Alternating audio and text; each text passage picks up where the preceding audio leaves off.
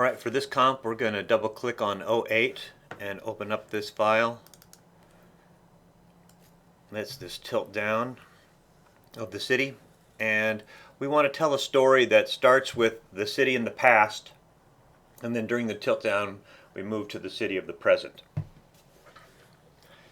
And so the first thing that we're going to do is go into the blur folder, and we're going to look for radial flash. Radial blur. We'll drop that on the comp, and let's go ahead and dial up the amount of blur. And let's take a look at rotate. Nope. Let's take a look at straight zoom.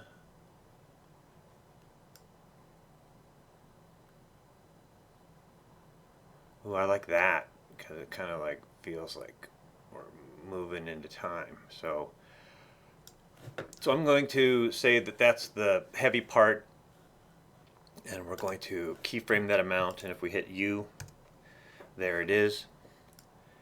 And then as we reveal this taxi, that's when we want to go back to 0 and have a sharp image.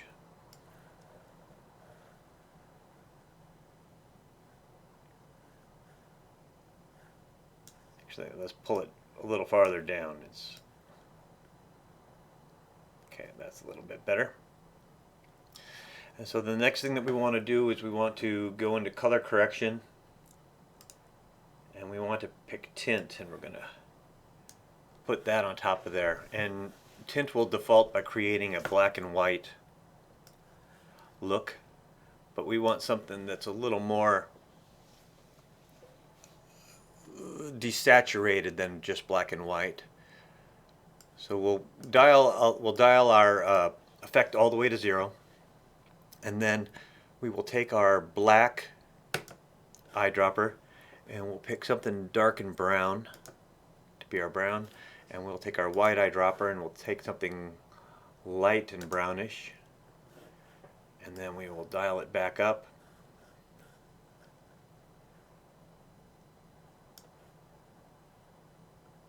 And let's see if we can create a little more contrast by picking something a little bit darker. See what that looks like.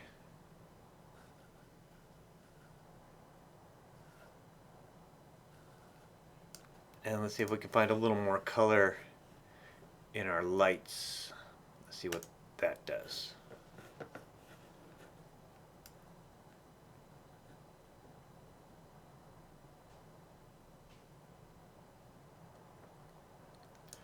So right around 68, that feels good to me for the effect. I want it not to start until about halfway to our endpoint. So that's where we will hit our amount tint effect, and if we hit the letter U, it'll pop up, and then we want it to end right on top of this keyframe, and that's when we want it to end at 0. So let's take a look at that.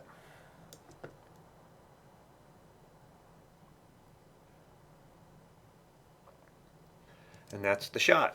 So go ahead, pre-render that. Your name,